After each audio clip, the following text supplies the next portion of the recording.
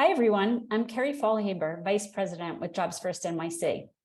I'm joined by Allison Lands and Chris Toplak, who are representing our partners at SkyHive, and Megan Marshall, my colleague here at JobsFirst. JobsFirstNYC is a nonprofit organization dedicated to advancing economic mobility for young adults in their communities, and we improve systems to achieve better societal outcomes. Recently, you may have seen, we announced a new partnership with SkyHive, a technology platform that is innovating how we use skills intelligence to reskill workers and communities globally. As you can see, our company missions are closely aligned, and we believe that skills technology represents a promising solution. Today, we'll share a bit about how JobsFirstNYC is envisioning the application of skills intelligence for the benefit of our New York region. Skills mapping in New York City builds on JobsFirstNYC's experience promoting industry-based work solutions, such as our green economy, tech, and healthcare sector networks, and our place-based community solutions through the development of partnerships in communities such as Brownsville, the South Bronx, New York, and others. I hope you have a really good sense of what SkyHive is, but I think you'll get a much better sense when we toss it over to our friend Chris from SkyHive, who can actually take you into the platform. Well, thank you very much for the warm introduction. And before we dive into the platform, very quickly want to discuss what I am going to show you in the coming minutes. So of course, a very quick overview of SkyHive Enterprise. Also how to invite and upload different talent onto the platform, a user experience walkthrough so you can actually see what it looks like for a user to be on here for the very first time and how we can really unleash all of their skills that we just discussed earlier, along with what the difference is between what it is to have a bit of a partner account with us or your own account with us in your own environment. So what we are meant to do today is a couple of things. This is all about discovering the skills and the talents that you didn't know you had. So as we walk through this user experience, I'm sure you could put yourself in those shoes all over again, where you want to understand your true potential, and we're here to unleash that, but also to find the job that you love that perhaps you didn't know about. So really, we are meant to empower you to continuously evolve yourself and attain the career and the livelihood you deserve. That's what that user experience is going to be about. And as a potential partner with us, it's the ability to connect people with jobs and learning opportunities at scale. And this is the exciting part, is that it really fosters the diversity and inclusion for underrepresented groups as well. So what this does is it helps you bring economic empowerment to individuals and communities throughout the country, which we always need more of that. So let's dive into the platform itself. I am going to share my screen, and we're going to walk through this together for you to experience Enterprise firsthand. So let's just share my screen and we will go from there. All right, so you should be able to see it. If you see a resume on the screen, that is okay. You were meant to see this. So we're going to walk through exactly what a resume upload process looks like. But first, let's actually start with the process itself of being on SkyHive Enterprise. This was built as our end-to-end reskilling platform, where you can connect individuals with great job opportunities, training opportunities, and even individuals on the platform have the ability to build their own career paths, all about empowerment. But it all starts with inviting individuals to the platform, which you can do one-on-one or one-by-one or in bulk. I'll show you how you can do that as a partner. And what you see in front of you is the JobsFirstNYC environment. So one of the big differences is that by being part of this environment, you'll have access to all of the data that already exists, and every other bit of data that is uploaded will only add to all of the insights that we're going to be gaining through this process. A standalone environment is really having your own environment to the side with full access to all of the core functionality, which includes employees, access to our labor market intelligence and insights, training and development, and even talent acquisition. So you can have access to that on your own, or of course, join this through Jobs First New York. Now let's take a look at how to actually add an employee to the platform, or of course, in this case, a job seeker. So under this Employees tab, you would have the ability to dive in, and it looks like, unfortunately, I lost access there, but you would have the ability to dive in and to add an individual based on their credentials, where it will send them the following email, where it will invite them to the platform. You can also do this by uploading an Excel spreadsheet if you have more than one, which I highly recommend. So let's just say that you have 20 individuals who are job seekers that you would like to get onto the platform because they are anxious to go through the skills mapping process, create a skills passport, and look for some great job opportunities. You can do that based on the Excel spreadsheet where we provide you with a template. But in this case, let's say that we have already signed up David. We didn't need that much information from him. First name, last name, the role that he's currently in, an office location, which again could be a different postal code because we want this to be close to home. And we'll see that based on some of these external matches. And what will happen is that if you click on send email, David will receive it, and he has the ability to go through this entire process himself. So this is what David would receive. So we talked about David earlier, and this would be him. He receives this activation email from welcome@skyhive.io. By clicking on activate profile, he can now create a password that will enable him to have access to his account. And based on this information, it's a 5-step profile creation process. This takes on average of anywhere from 6 to 10 minutes to complete. So it's not a very long process, and you are actually going to see in real time what this looks like. So I'm going to walk through this process with you. And then once we've actually completed a profile, we can instantly look at how David matches up to job opportunities in the labor market, along with recommended trainings to fill those gaps. So it all starts here. And the reason why I showed you a resume is because based on Word format, PDF, or even a LinkedIn profile that you can download as a PDF, you can upload a resume here, and SkyHive will do the rest of the work. We will extract all of the following categories and fill them in for you. So in David's case, if he was going through this employee process or this job seeker process, and he uploaded his resume, experience, education, and credentials would all be pre-populated. Now, it's not always realistic to expect everybody to have an up-to-date resume.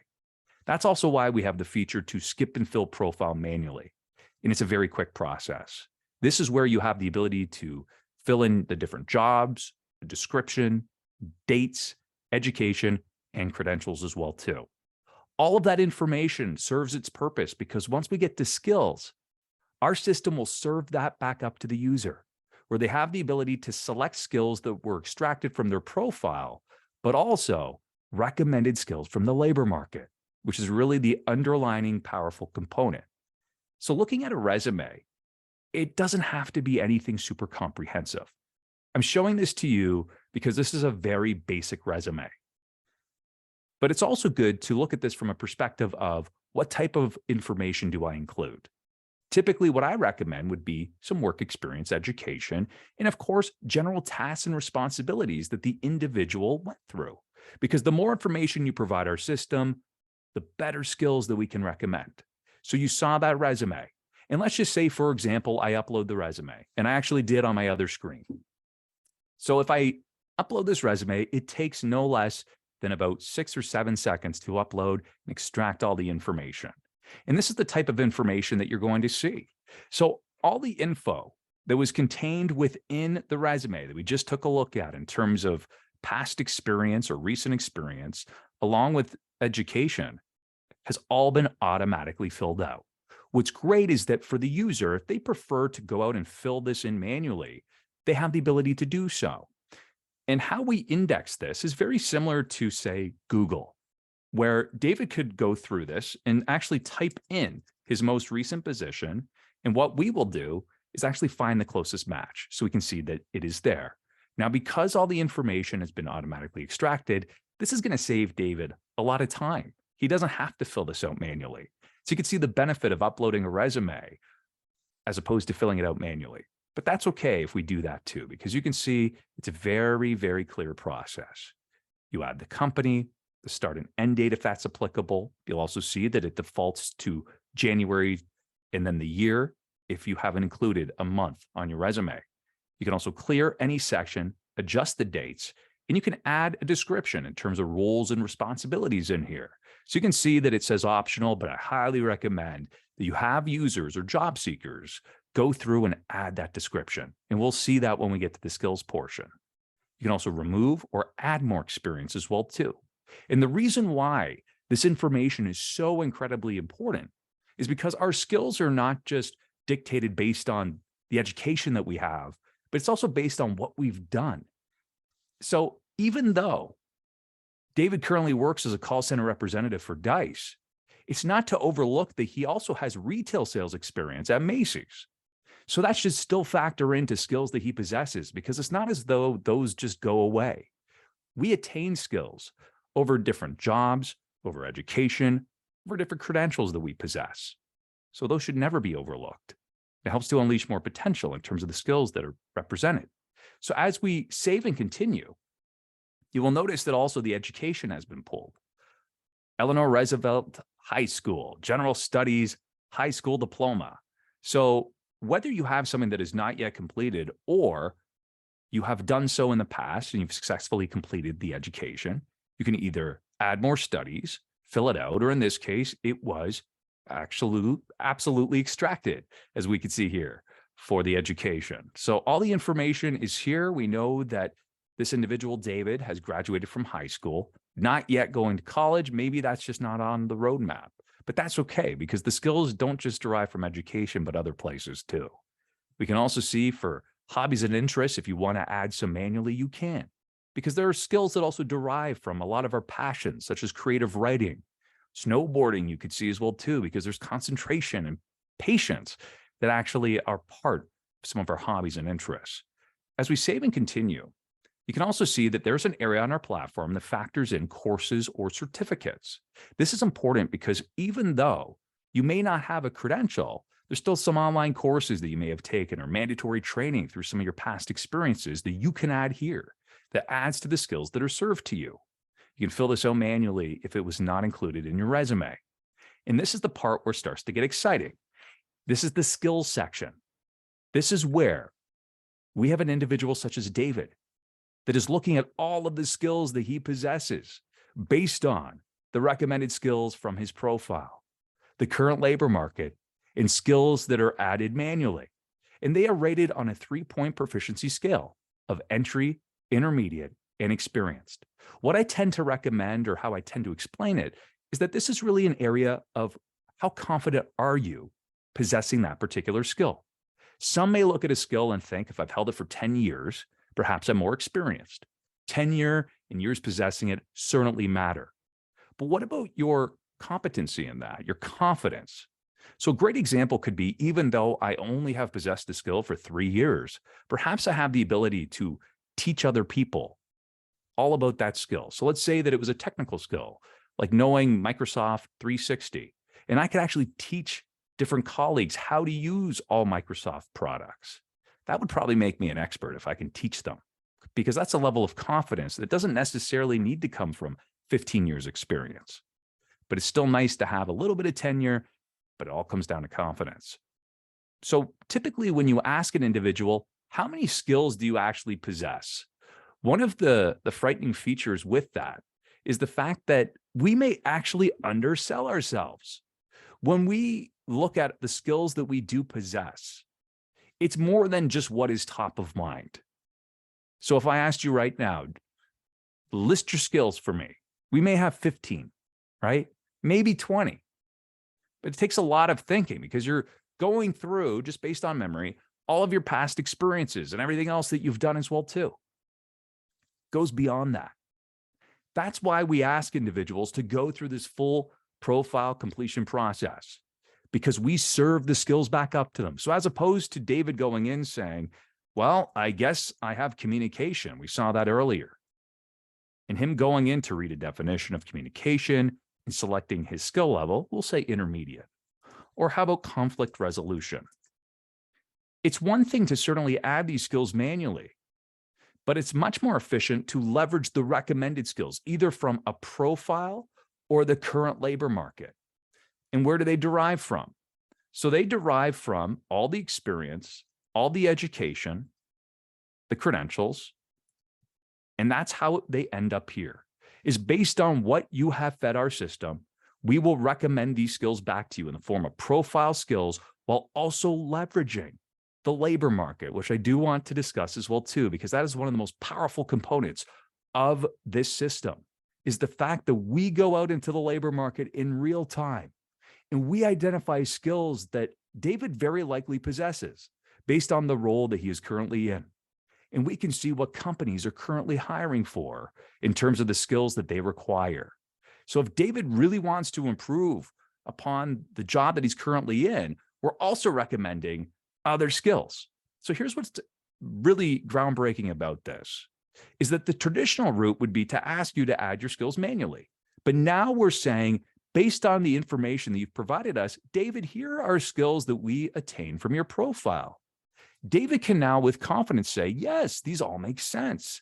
These are all skills that I've leveraged within my past experiences or my education. So this is where he would have the ability to go through and start selecting the skills along with his competency level. So again, it's all about that confidence when you think about that. Answering phones because he comes from a call center, but he's very confident doing so and has a lot of experience over the past couple of years. You see retail sales, maybe not as confident in that realm and still has some training to do.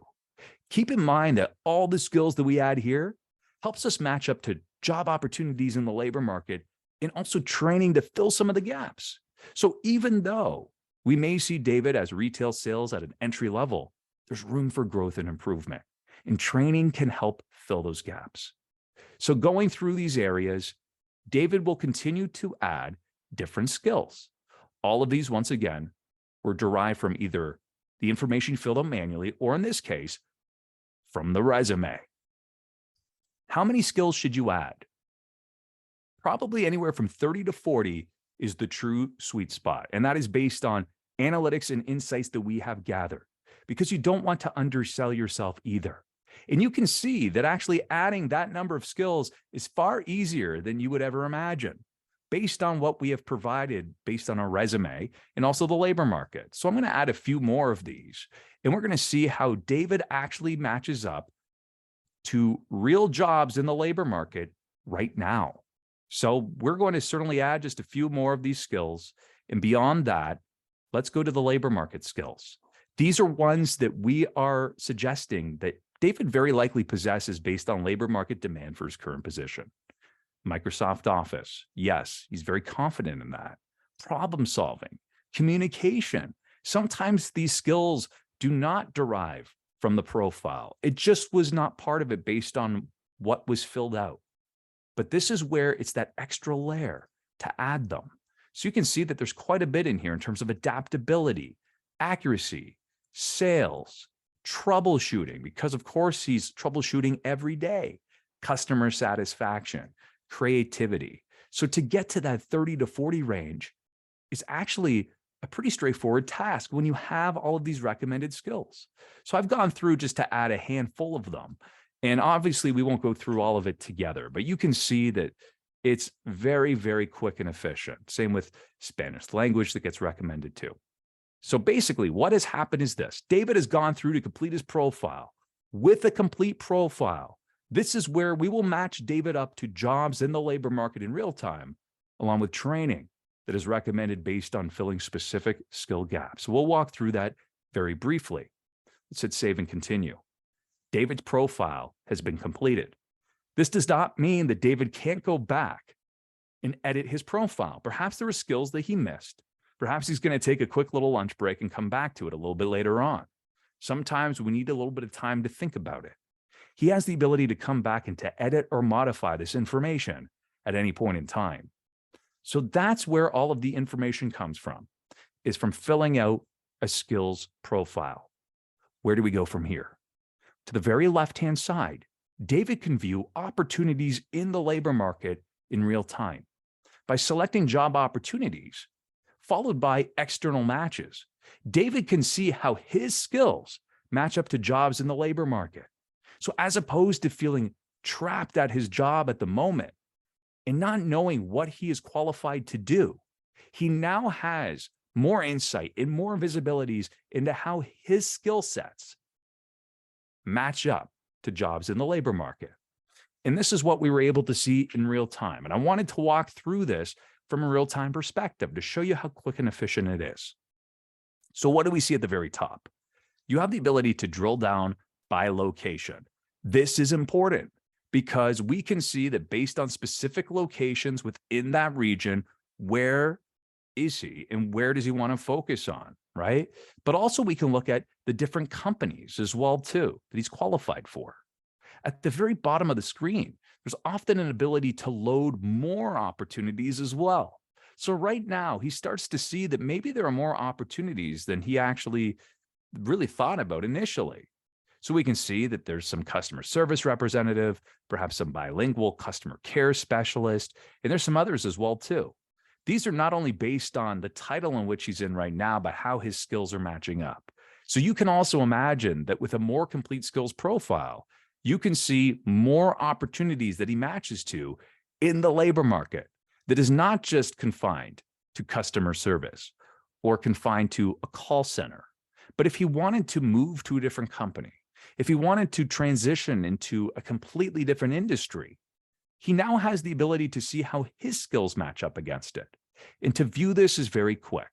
To the very left-hand side, there is a blue arrow that will actually show David the skills that he has in common based on the skills required for this role and the skills that he is lacking.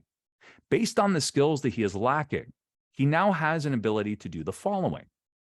If he wants to actually proceed to build a career path towards this opportunity or train on some of these missing skills, he absolutely can do that.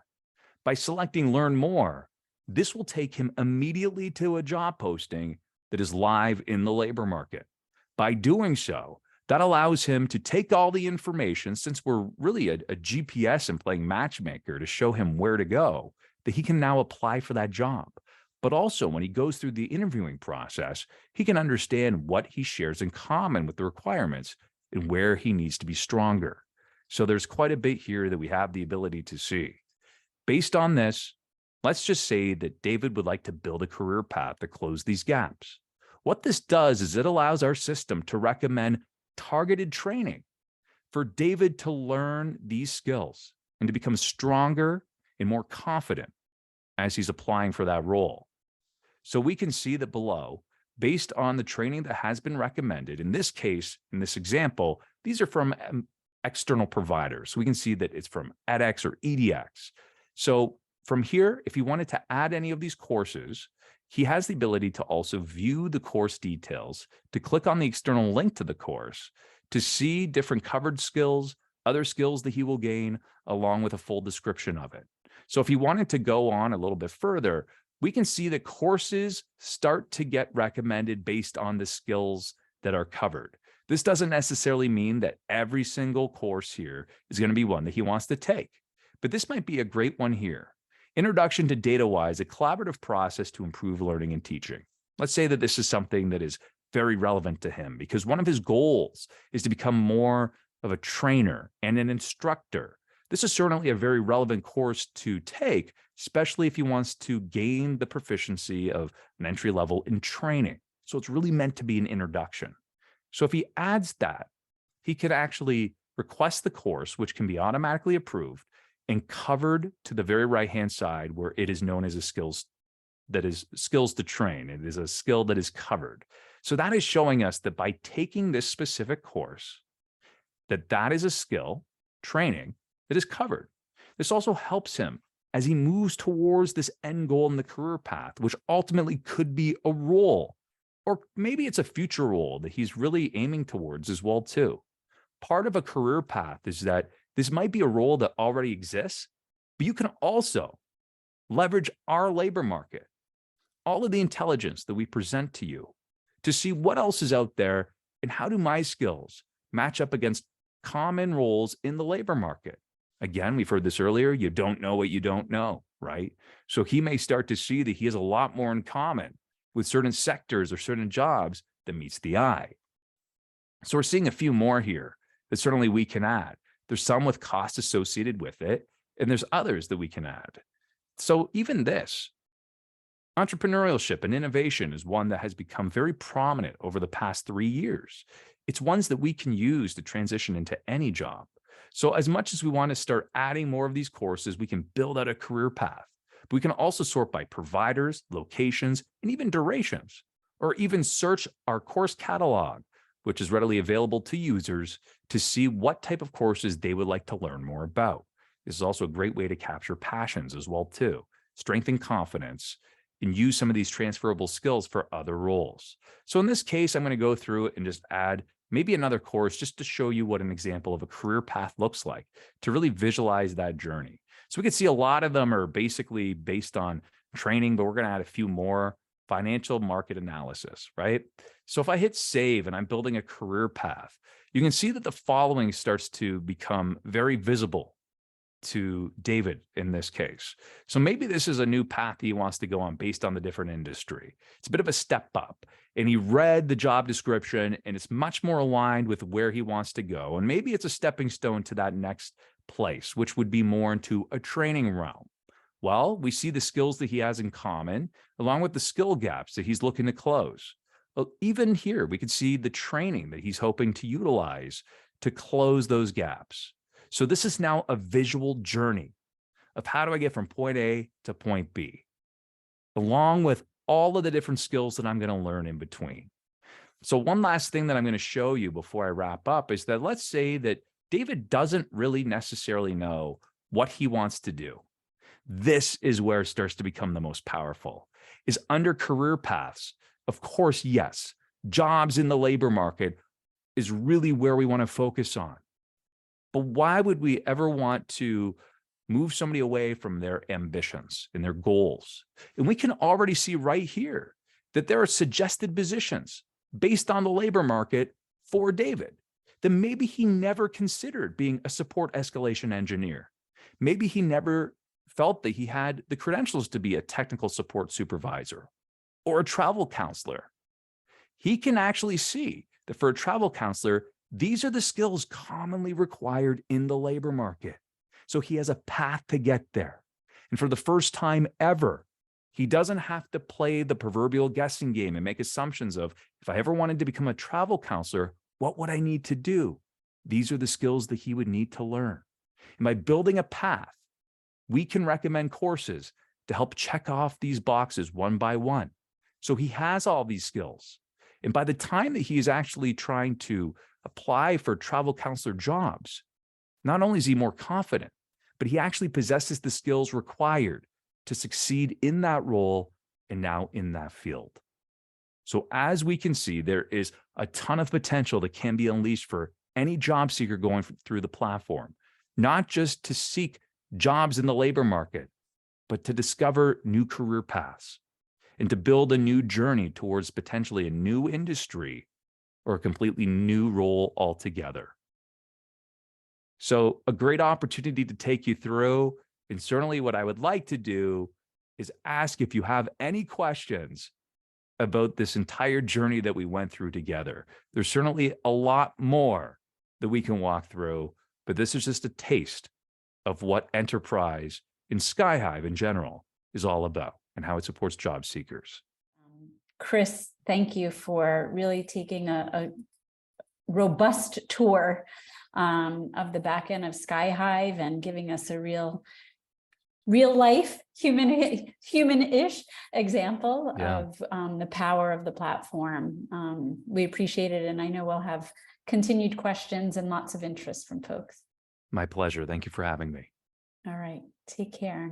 I'm now going to introduce my colleague while I go ahead and share my screen. I'm going to introduce my colleague, Megan Marshall, who I introduced earlier in the video. Thanks, Megan. I'm going to toss it over to you. Thank you, Carrie, and thanks, Allison and Chris, for being here with us today. And most importantly, thanks to all of you for joining us today. We really believe that every community can benefit from this skills mapping solution, and we invite you to engage with us, to learn more about the opportunity and to experience what it can unleash. It's really an exciting time for workforce technology, so let's keep the conversation going.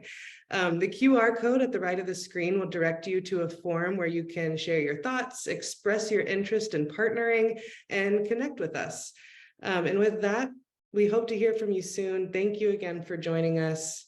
We hope you have a great rest of your day. Thank you.